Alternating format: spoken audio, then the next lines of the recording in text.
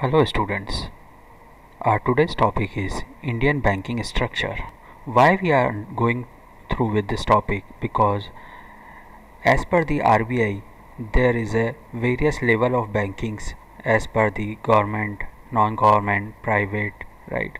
So we need to understand about the Indian banking structure. Now we need to understand the classification of banks in India. So as we can see in a chart, the first top level is RBI. So as per the RBI, there is a two basic segregation, that is scheduled banks and unscheduled banks. Now scheduled banks has having their separate four varieties, that is commercial bank, cooperative banks, development banks, small finance bank and payment banks. Apart from this, the commercial bank is having a separate segregation among the four different varieties, that is in terms of public sector, private sector, foreign, regional rural banks. In public sector there is a nationalized banks and post payment banks.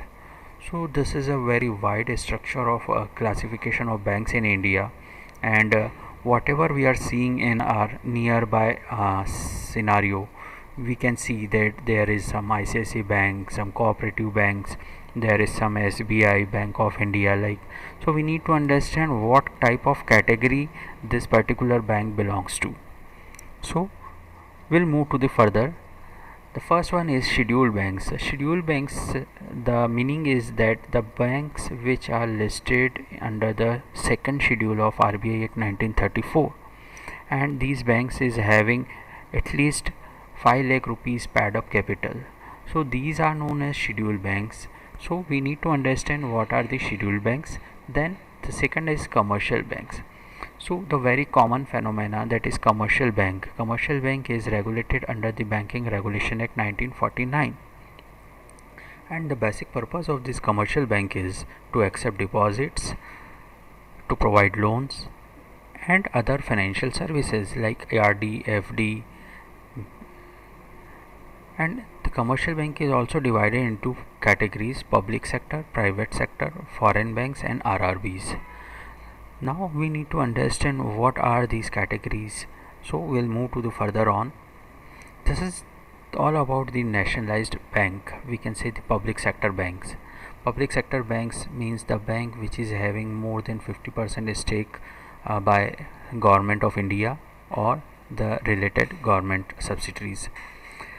Now what are these nationalized banks? So earlier there is a very wide list of nationalized banks, but as we can see that day by day the banks will going to be merged with each other and the list is become very synchronized, and right now the total list of nationalized bank is 12 only, and the 13th one is the post office payment bank, right?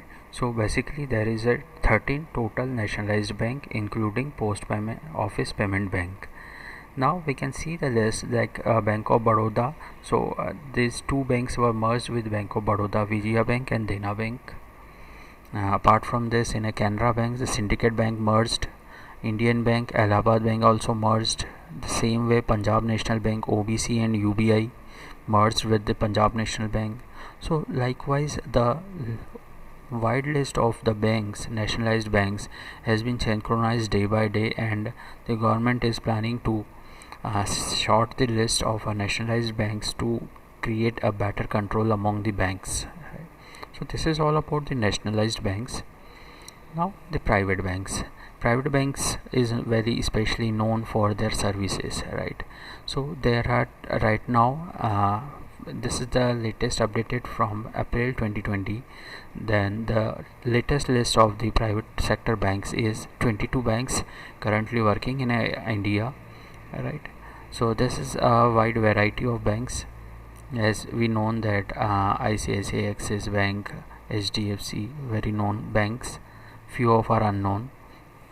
Now another category is foreign bank.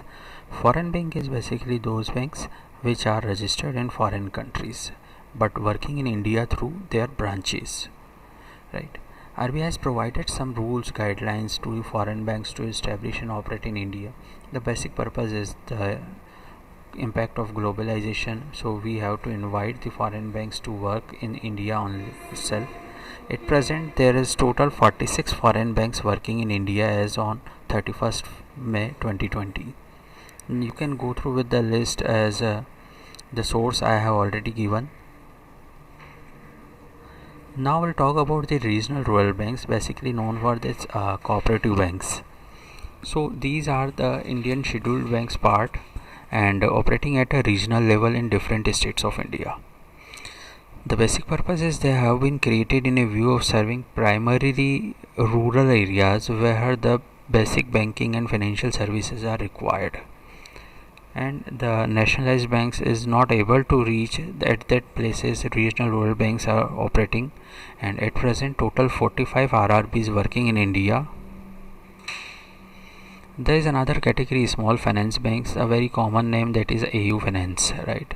So small finance banks are niche banks, especially the banks with a small finance bank license can provide basic banking services of acceptance of deposit and lending only. The basic aim behind this is to provide a financial inclusion to that particular section of economy where the bank has not been served properly. Currently, there are 10 small finance banks working in India.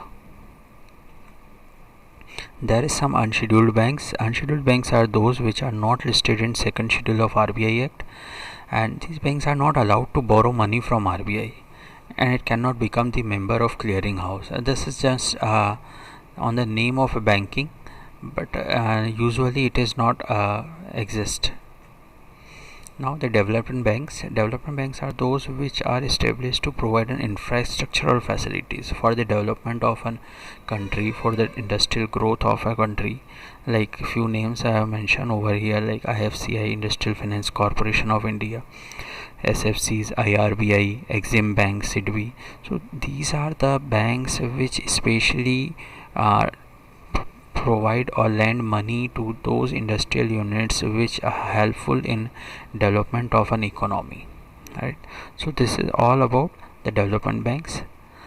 So today we all have discussed about the structure of RBI.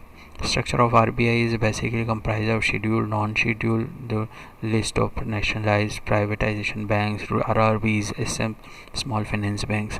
So now you have to understand what are these banks and what is the role of these banks. So thank you, students.